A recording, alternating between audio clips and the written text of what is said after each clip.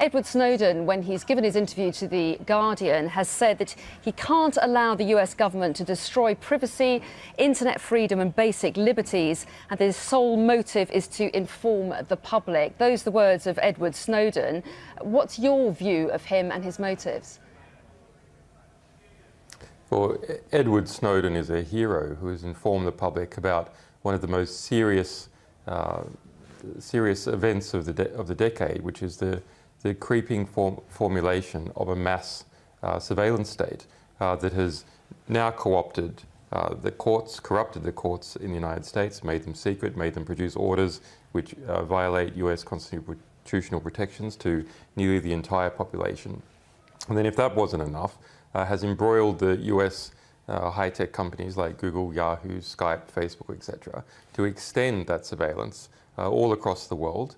The amount of collections from the United States alone revealed to be more than 2.4 billion in the month of March alone. And that is something that I and John Perry Barlow and many other journalists and civil libertarians have been campaigning on for a long time. So it's very pleasing to see such clear and concrete proof presented to the public.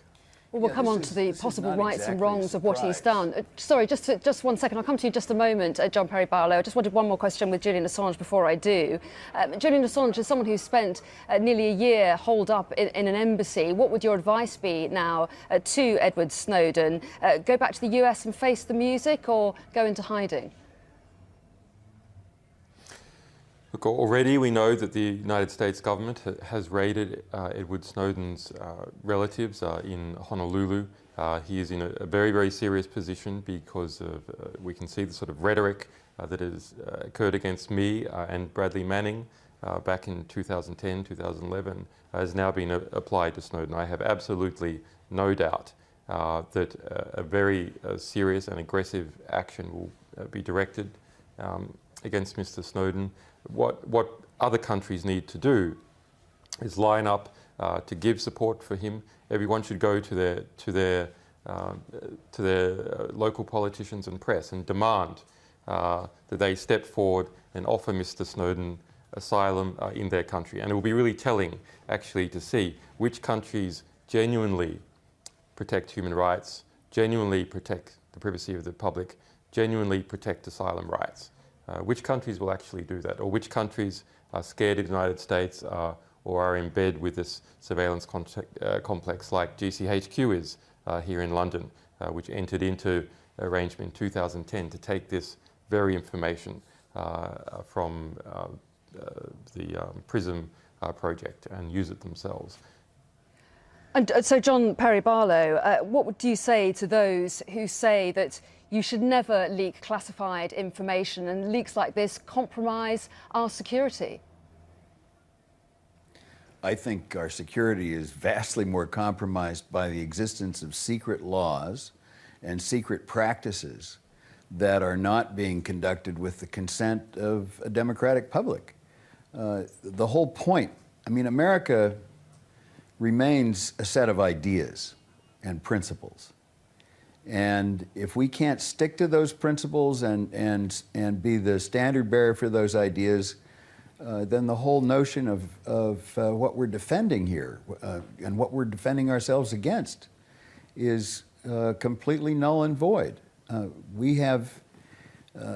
Our national security is a matter of principle. It's not a matter of being invaded by some enemy or another. We don't really have a credible enemy in the sense that we once did.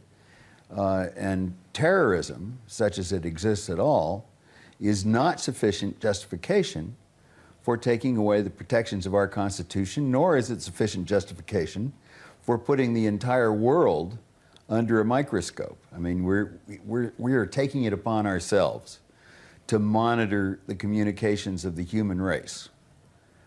And we don't have the right to do that, and I don't think anybody should have the right to do that. Others, as you know, John Perry Barlow, would argue that they would be dismayed if the security services, both at the National Security Agency in the States and at GCHQ in the UK, weren't conducting this kind of surveillance. We've heard from the Foreign Secretary in the past hour stressing that nothing has been done outside of UK law, that there are proper checks and balances along the way. And President Obama himself has argued that you can't have 100% privacy and 100% security.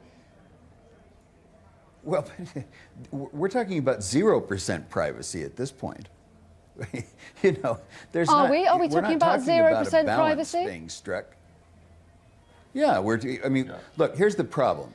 You know, I actually do trust to some large extent the people who are running the NSA, many of whom I know, and I trust the underlying faith of the Obama administration to a greater extent than I think my colleague does, but the point is that they are acquiring capabilities that, in the wrong hands, become very powerful and have hugely fascistic characteristics, and they're also giving to ordinary individuals the ability to get right square in the middle of anybody's life. I mean, these abilities are not abilities that they should be giving themselves or conveying.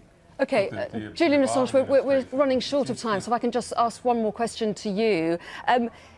Looking back, and your advice to any people, future potential whistleblowers, what would your advice be? I mean, would you say it was worth it?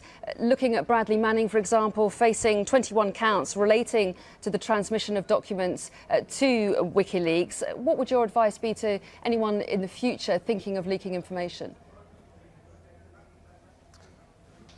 I can't say for Bradley Manning whether it was worth it. That is a matter for him. But according to alleged conversations that he has had, he said that he was willing to risk his future to bring that information to the public. Snowden as well. These are very serious, earnest young men who really believe in something and have shown great courage. And there is no doubt, actually, that history will look on them extremely favourably, and perhaps even in a few years will liberate them from their predicament. We see here in the United States something very different to what happened under Bush. Bush just ordered the vast collection of telephone records from various companies in the United States, like Verizon. What Obama has done, he has done it legally, but he has done that by making use of secret courts, corrupting those courts, introducing secret law, secret policy, and secret review. In other words, in order to get it down on paper, the Obama administration has corrupted the whole system, corrupted the whole judicial system. So this is not just a matter of there is now erected a vast transnational surveillance system. That's bad. But in order to erect that system and keep it secret, the oversight mechanisms and the judiciary have also been corrupted. So we will see here in this Snowden case, yes, the revelations, but then also the underpinnings of those revelations and the reaction to Snowden, how he is treated by the Obama administration, by other countries, how he is treated, how the journalist Laura Poitras is treated, how the journalist Glenn Greenwald is treated, will be very indicative of the state of play. Okay. We appreciate your time. Julian Assange and John Perry Barlow, thank you for that.